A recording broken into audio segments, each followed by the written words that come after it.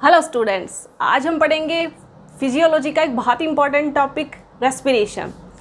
एक ऐसी प्रोसेस जो कि एनिमल्स और प्लांट्स के अंदर सेम होती है। आज हम उसी प्रोसेस के बारे में डिस्कस करेंगे। चलिए डिस्कस करते हैं रेस्पिरेशन के बारे में। देखिए, मैंने अभी बताया एक ऐसी प्रोसेस है जो कि प्लांट्स और एनिमल्स इन दोनों के अंदर ये सेम होती है। यानी जैसी ये प्लांट्स के अंदर होगी कंप्लीट, वैसे ही एनिमल्स के अंदर कंप्लीट होगी। अच्छा, क्या ज़रूरत है रेस्पिरेशन की? रेस्पिरेशन नॉर्मल हम क्या समझते हैं, सांस लेना, लेकिन ये सिर्फ सांस लेना नहीं है। आज हम इसके एंटायर अंदर की डिस्कस करेंगे, अंदर में इसमें क्या मैटर होता है, किस तरह से इसकी कंप्लीट प्रोसेस होती है।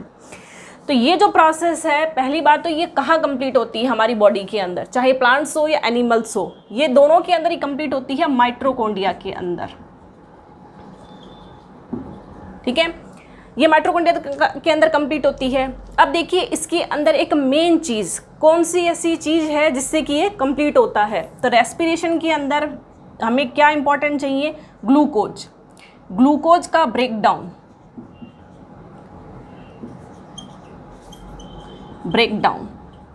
किस में होता है? ये होता है एनर्जी के अंदर। तो मेन प्रोसेस क्या है इसके अंदर? हमारे पास ग्लूकोज होता है जो कि एनर्जी के अंदर ब्रेकडाउन हो जाता है। एनर्जी मीन्स हमारी बॉडी के अंदर एनर्जी किस चीज़ के अंदर बनती है, किस चीज़ से बनती है? तो वो होती है एटीपी के फॉर्म में। ये हो गया एनर्जी का सोर्स। चलिए अब इसकी एंटायर प्रोसेस देखते हैं। जो रेस्पिरेशन होता है वो किस प्रोसेस के अंदर कंप्लीट होता है? तो देखिए, इसके अंदर होता है ग्लूकोज और हमें चाहिए ऑक्सीजन। ये दोनों आपस में मिक्स होकर ग्लूकोज का ब्रेकडाउन स्टार्ट होता है। इसके ब्रेकडाउन के बाद हमें मिलता है एटीपी, CO2 प्लस H2। ये तीन चीज़ें हमें इसके ब्रेकडाउन से मिलती है। अच्छा, ये बताइए ग्लूकोज आया कहाँ से बॉडी के अंदर? प्लांट हो या फिर एनिमल्स हो, ये कहाँ से आता है? तो अगर हम प्लांट्स की बात करते हैं तो आपको पता है प्लांट्स के अंदर फोटोसिंथेसिस होता है और वो फोटोसिंथेसिस के द्वारा अपना भोजन खुद बनाते हैं। भोजन बनाने मीन्स सनलाइट। याद है पिछले लेक्चर के अंदर मैंने बताया था फोटोसिंथेसिस के अंदर सनलाइट की हेल्प से और ग्लूकोज का फॉर्मेशन। भाई हम ग्लूकोज का फॉर्मेशन नहीं करा सकते, हम ऐसा नहीं कर सकते हम धूप में बैठ जाए और हम ग्लूकोज बनाना स्टार्ट कर दें। सिर्फ प्लांट ही ग्लूकोज बना सकते हैं। तो देखिए, ये हमारे पास जो ये ग्लूकोज था ये कहाँ से आया, अब हम इसके बारे में डिस्कस करते हैं। जो मेरे पिछले लेक्चर थे उनमें मैंने आपको फोटोसिंथेसिस पढ़ाया था। हमारे पास ये एक सेल है, मान लेते हैं कुछ इस टाइप की। ठीक है, सेल के अंदर हमारे पास है एक क्लोरोप्लास्ट। ठीक है, डबल मेम्ब्रेन होता है। ये लीजिए, डबल मेम्ब्रेन बना दिया मैंने। अब डबल मेम्ब्रेन के अंदर इसमें याद है इसमें खूब सारे इस तरह से ग्रेनम होते हैं, काफ़ी सारे कॉइन्स लाइक बंडल्स होते हैं इस तरह से। ये ग्रेनम है, ये सिंगल स्ट्रक्चर को हम बोलते हैं थाइलेकोइड। तो इसके अंदर देखते हैं हम क्या होता है, किस तरह से ये फोटोसिंथेसिस की प्रोसेस होती है। तो ये हमारी है क्लोरोप्लास्ट।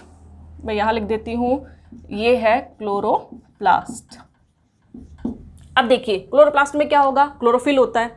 अब क्लोरोफिल क्या होता है, सनलाइट को ट्रैप कर लेता है। जो सनलाइट इसके ऊपर गिरती है उसको ट्रैप कर लिया उसने। ट्रैप करने के बाद क्या होगा, उसके अंदर जो सनलाइट होती है ये क्या करेगी, सनलाइट की प्रेजेंस के अंदर क्लोरोप्लास्ट होता है या क्लोरोफिल होता है, वो अपना ग्लूकोज बनाएगा। अब देखिए ग्लूकोज किस तरह से बनता है। तो इसके अंदर क्या हो गया, हमारे पास ग्लूकोज बाद में बनेगा। पहले क्या होता है, एटीपी फॉर्म होता है, एटीपी प्लस NADH, ये फॉर्म हो गया। अब ये दोनों क्या करते हैं, फर्दर प्रोसेस के अंदर CO2 के साथ मिक्स होकर एक साइकिल के अंदर एंटर मारते हैं, C3 साइकिल। इन्होंने एंटर लिया C3 साइकिल के अंदर। C3 साइकिल में इन तीनों की हेल्प से क्या बाहर आएगा, ग्लूकोज। ये हमारा ग्लूकोज बन गया। अब देखिए ग्लूकोज में क्या होता है, कुछ ग्लूकोज होता है प्लांट्स के अंदर स्टोर हो जाता है, रूट्स के अंदर, फ्रूट्स के अंदर, लीव्स में, स्टेम्स में। लेकिन जो कुछ बचा हुआ ग्लूकोज होता है वो फर्दर प्लांट को एनर्जी देने के लिए वो कहाँ चला जाता है, माइटोकॉन्ड्रिया में। अब यहाँ से ये प्रोसेस है रेस्पिरेशन की स्टार्ट होती है, जो कि होती है माइटोकॉन्ड्रिया के अंदर। ये माइटोकॉन्ड्रिया की इनर मेम्ब्रेन है। माइटोकॉन्ड्रिया डबल मेम्ब्रेन होता है, आपको पता है।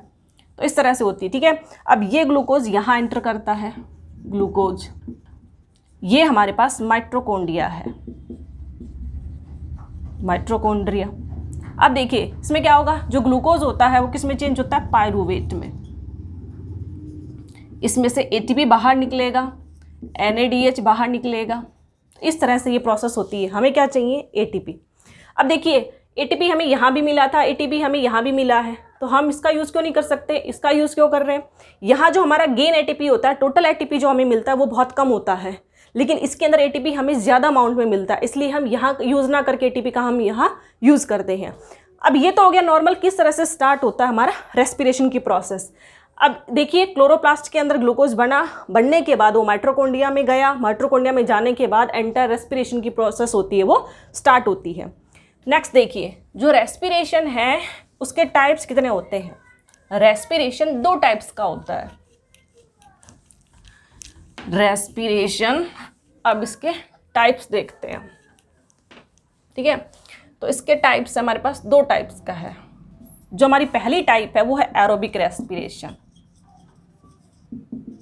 दूसरी हमारे पास अनएरोबिक। अब देखिए 2 प्रोसेस हो गए हमारे पास, एनारोबिक और एरोबिक। मेन डिफरेंस क्या है, ऑक्सीजन का। इसमें क्या होता है, ऑक्सीजन प्रेजेंट होती है जबकि इसके अंदर ऑक्सीजन नहीं होती है।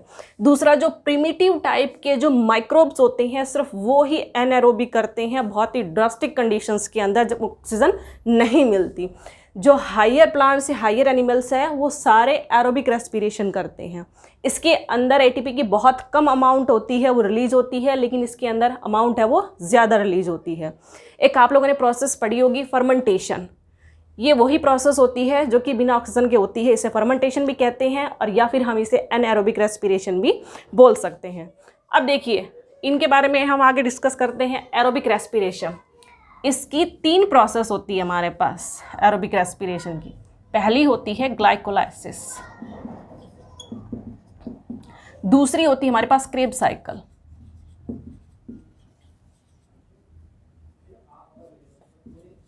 तीसरी होती है हमारे पास ETS, इलेक्ट्रॉन ट्रांसपोर्ट सिस्टम, ठीक है। इसको ETC भी बोला जाता है, इलेक्ट्रॉन ट्रांसपोर्ट चैन, ये भी इसका नाम है। जबकि जो एरोबिक रेस्पिरेशन होता है वो सिर्फ एक ही प्रोसेस के अंदर कंप्लीट हो जाता है, वो प्रोसेस होती है ग्लाइकोलाइसिस। मेन डिफरेंस क्या है, ऑक्सीजन की एब्सेंस में होता है, ऑक्सीजन की प्रेजेंस में होता है। इसमें एटीपी हमें एनर्जी कम मिलती है जबकि इसके अंदर एनर्जी हमें ज़्यादा मिलती है। तो ये हो गया डिफरेंस। अब देखिए एक और चेंज होता है इसमें, ETC के अंदर हमें ऑक्सीजन बहुत ज़्यादा अमाउंट में ज़रूरत पड़ती है इसकी, ठीक है। तो ये हो गया रेस्पिरेशन के टाइप्स, 2 टाइप थे रेस्पिरेशन के हमारे पास। अब हम नेक्स्ट देखते हैं इसके अंदर सेलुलर रेस्पिरेशन को, इसका डिस्क्रिप्शन देखते हैं हम किस तरह से होता है। तो अब हम देखेंगे सेलुलर रेस्पिरेशन। मैंने अभी बताया जो सेलुलर रेस्पिरेशन होता है उसके 3 टाइप्स होते हैं, वो 3 प्रोसेस में कंप्लीट होता है। पहला होता है ग्लाइकोलाइसिस, दूसरा होता है क्रेब्स, तीसरा होता है ETC। ये 3 प्रोसेस है मेरे पास, ठीक है। पहला हम देखते हैं ग्लाइकोलाइसिस। ग्लाइकोलाइसिस क्या होता है, ग्लाइकोलाइसिस देखिए। ग्लाइकोलाइसिस सबसे मेन इंपॉर्टेंट चीज इसमें क्या होगी, ग्लाइकोलाइसिस के अंदर क्या होता है, ग्लूकोज का ब्रेकडाउन यही होगा। ग्लूकोज का ब्रेकडाउन हो गया, ब्रेकडाउन होने के बाद इसमें क्या होगा, हमें एटीपी मिलेंगे। अच्छा ये प्रोसेस होती कहाँ पर है, ग्लाइकोलाइसिस की जो प्रोसेस होती है वो ध्यान रखना साइटोप्लाज्म के अंदर होती है। साइटोप्लाज्म हो गई साइटोप्लाज्म के अंदर। अब इसके अंदर हमें कितने एटीपी मिलते हैं, तो ग्लाइकोलाइसिस में देखिए हमें 4 एटीपी मिलते हैं, ठीक है। इसमें से 2 एटीपी हैं वो कंज्यूम हो जाते हैं, 2 एटीपी हैं वो कंज्यूम हो गए यहीं पर। तो हमारे पास नेट कितना बचा, जो हमारे पास नेट एटीपी था वो 2 एटीपी बचा, यानी कि ग्लाइकोलाइसिस की प्रोसेस के अंदर हमें 2 एटीपी मिलेंगे, ठीक है। ये प्रोसेस कहाँ होगी, ये प्रोसेस होती है हमारे पास साइटोप्लाज्म के अंदर होती है। अब इसके अंदर 2 जो एटम है वो हमें NADH के मिलते हैं, 2 NADH, ये भी मिलेगा हमें इसके अंदर। अब इसके अंदर एक मेन चीज़ और थी हमारे पास, जो ये पूरी ग्लाइकोलाइसिस की प्रोसेस होती है इसके अंदर हमारे पास 10 स्टेप्स होते हैं। हमारे पास अभी मैंने बताया यहाँ पर 2 एटीपी है वो कंज्यूम हो जाते हैं, तो ऐसे हमारे पास कौन सी 2 स्टेप होती है जिसके अंदर एटीपी है वो यूटिलाइज्ड होता है? तो वो स्टेप होती है first and third. In 2 steps के अंदर एटीपी है वो यूटिलाइज हो जाता है। तो ये ओवरऑल था ग्लाइकोलाइसिस के बारे में, ठीक है। अब नेक्स्ट हम देखते हैं दूसरी प्रोसेस हमारे पास होती है क्रेब्स साइकिल। क्रेब्स साइकिल, देखिए जो यहाँ पर ग्लूकोज होता है हमारे पास ग्लाइकोलाइसिस के अंदर, ये ग्लूकोज किसके अंदर चेंज होता है? तो यहाँ पर जो ग्लूकोज था वो चेंज होता है पायरूवेट में, ठीक है। जो एक ग्लूकोज होता है वो 2 पायरूवेट के अंदर चेंज हो जाता है। अब एक ग्लूकोज यानी कि 6 कार्बन का होता है एक ग्लूकोज, जबकि जो पायरूवेट होते हैं उसमें 3-3 कार्बन के 2 एटम्स के पायरूवेट के बन जाते हैं। अब ये पायरूवेट है आगे जाता है क्रेब साइकिल के अंदर, तो हमें पायरूवेट में मिलता है सबसे पहले में जो पायरूवेट होता है वो क्रेब साइकिल के अंदर एंटर करता है। अब इस पायरूवेट ने यहाँ पर एंटर लिया। एंटर लेने के बाद क्या होगा, जो ये पायरूवेट है वो चेंज हो जाएगा एसिटाइल कोएंजाइम ए में, एसिटाइल कोएंजाइम ए। और ये एसिटाइल कोएंजाइम ए कहाँ बदलेगा? ये जाएगा क्रेब साइकिल के अंदर, क्रेब्स साइकिल में ये एंटर लेगा क्रेब साइकिल के अंदर। अब जो टोटली खेल है एटीपी बनने का, क्योंकि हमें सबसे ज़्यादा ज़रूरत यहाँ पर एटीपी बनाने की है, तो जो क्रेब साइकिल के अंदर हमें क्या मिलेगा? देखिए 1 ATP FADH2, एक और मिलेगा हमें NADH2, ओनली 1 ATP। जबकि ग्लाइकोलाइसिस में 2 ATP, क्या होगा? एक और 2 ATP से हमारा क्या होगा? कुछ भी नहीं। तो देखिए 1 ATP के लिए हम इतनी पूरी प्रोसेस कर रहे हैं, या सिर्फ 2 ATP के लिए हम इतनी पूरी प्रोसेस कर रहे हैं। इतने कम ATP से जो नॉर्मल बॉडी की रिएक्शंस है वो भी कंप्लीट नहीं हो पाएगी। फर्दर क्या किया जाए? अब यहाँ पर तो हमें सिर्फ 1 ATP मिला है, उसी से संतोष करना पड़ेगा। लेकिन देखिए बात क्या होती है, जो क्रेब साइकिल के अंदर हमारे पास एसिटाइल कोएंजाइम ए बनता है और इतनी चीज़ें जो ये बन गई, ये कहाँ एंटर करती है? तो हमारा तीसरा साइकिल होता है। अच्छा, एक तीसरे साइकिल से पहुँचने से पहले सुनिए, क्रेब साइकिल होता कहाँ पर है? तो क्रेब साइकिल कंप्लीट होता है, ये हमें मिलेगा माइटोकॉन्ड्रिया के अंदर, माइटोकॉन्ड्रिया में। माइटोकॉन्ड्रिया के अंदर भी कहाँ पर? मैट्रिक्स के अंदर। ये माइटोकॉन्ड्रिया की मैट्रिक्स के अंदर कंप्लीट होता है, ठीक है। ये वहाँ हो गया। हमें क्या मिला? 1 ATP FADH2 एंड NADH2 मिल गया। अब चलिए तीसरी प्रोसेस के अंदर चलते हैं। तो हमारे पास यहीं देखिए तीसरी प्रोसेस थी हमारे पास ETC, ठीक है। अब इस प्रोसेस में क्या होता है, ये प्रोसेस लेने की कोशिश करती है। लेने की कोशिश यानी ये पहले तो लेगी और उसके बाद ये जितना देती है वो सबको कवर अप कर देता है। तो ये क्या करेगा, यहाँ पर ETC, यहाँ बना हुआ NADH FADH, जबकि यहाँ बना हुआ जो हमारे पास NADH था ये सबको कंज्यूम कर लेती है अपने अंदर। कंज्यूम करने के बाद बाहर क्या आएगा? सिर्फ एक चीज़, ATP। ये बन गया लो जी ATP, बहुत सारा ATP, जितना चाहिए उतना ATP, लेकिन कहाँ बनेगा? ETC के अंदर, ठीक है। ETC प्रोसेस कहाँ कंप्लीट होती है भाई? तो प्रोसेस कहाँ होगी? जो ETC की प्रोसेस होती है वो भी कहाँ कंप्लीट होती है? माइटोकॉन्ड्रिया में। माइटोकॉन्ड्रिया में कहाँ? तो माइटोकॉन्ड्रिया की इनर मेम्ब्रेन में, इनर मेम्ब्रेन के अंदर, ठीक है। अब देखिए ये मेरा माइटोकॉन्ड्रिया था, जो ये मेम्ब्रेन होती है ये इस तरह से यहाँ और यहाँ पर जो साइकिल चलता है या यहाँ पर जो प्रोसेस होती है उसको बोलते हैं ETC, इलेक्ट्रॉन ट्रांसपोर्ट चैन। ये इसके अंदर चलती है और ये यहाँ पर क्या होते हैं? छोटे छोटे मॉलिक्यूल्स, किसके? NADH के, FADH, इनके यहाँ पर एंट्री करके और ये क्या करते हैं? ATP के अंदर चेंज हो जाते हैं। तो इस तरह से जो रेस्पिरेशन के अंदर 3 स्टेप्स थी हमारे पास, ग्लाइकोलाइसिस, क्रेब्स और ETC, ये इस तरह से कंप्लीट होती है, ठीक है। अब हम इसका एक लीनियर डायग्राम बनाते हैं, किस तरह से ये प्रोसेस हमारे पास कंप्लीट हो रही है। आई होप आपको समझ में आया होगा इतना। ग्लाइकोलाइसिस की जो प्रोसेस है या फिर रेस्पिरेशन की जो प्रोसेस है वो किस तरह से कंप्लीट हो रही है, इसका हम एक लीनियर डायग्राम देखते हैं। देखिए सबसे पहले क्या होता है, मेरे पास है ग्लूकोज। कहाँ एंट्री लेगा? सबसे पहले जो ग्लूकोज होता है वो एंट्री लेगा ग्लाइकोलाइसिस के अंदर, ग्लाइकोलाइसिस, ठीक है। ये है मेरे पास ग्लाइकोलाइसिस साइकिल। अब इस ग्लाइकोलाइसिस साइकिल के अंदर इसने एंट्री ली, ग्लूकोज ने एंट्री लेने के बाद प्रोसेस हुई, प्रोसेस के बाद हमें यहाँ क्या मिलता है? देखिए हमें यहाँ मिलेगा 2 ATP, ATP मिल गए 2, उसके अलावा हमें क्या मिलेगा? 2 NADH, NADH मिल गया। एक तीसरी चीज़ और मिलती है हमें, क्या मिलेगा? पायरूवेट, पायरूवेट हो गया। अब नेक्स्ट चीज़ क्या है? पायरूवेट है वो चेंज होगा, किस में चेंज होगा? एसिटाइल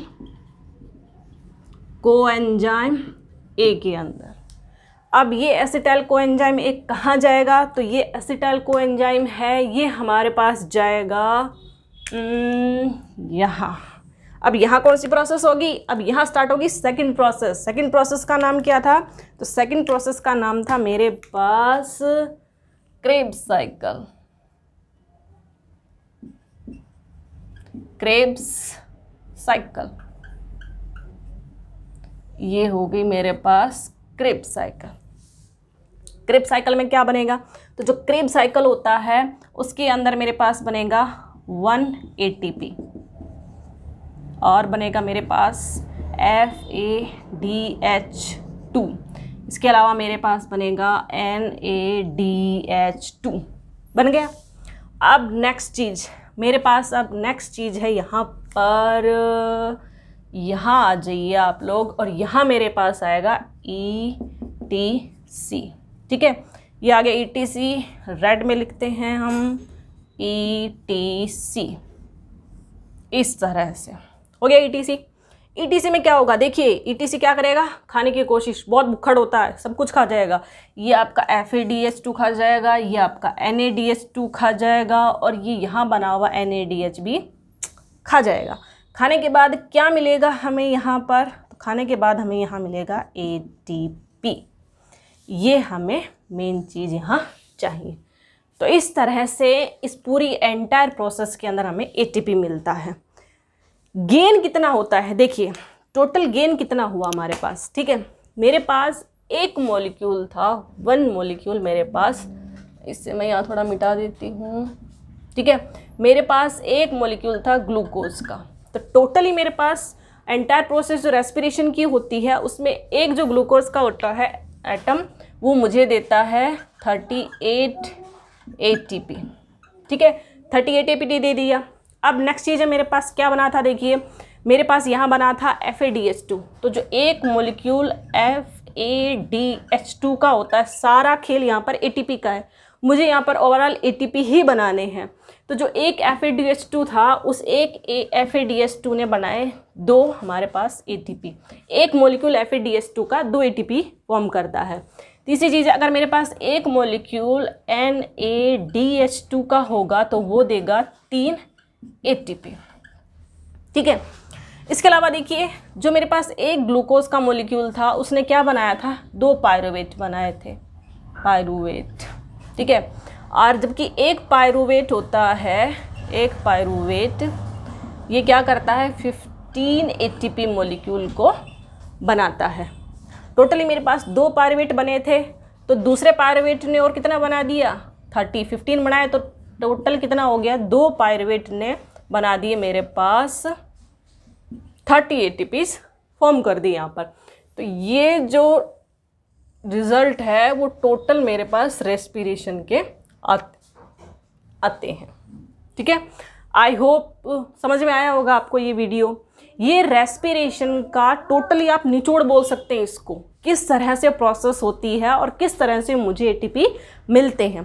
तो ये एंटायर प्रोसेस थी, इसके 3 मेरे पास ये स्टेप्स थे। Thank you.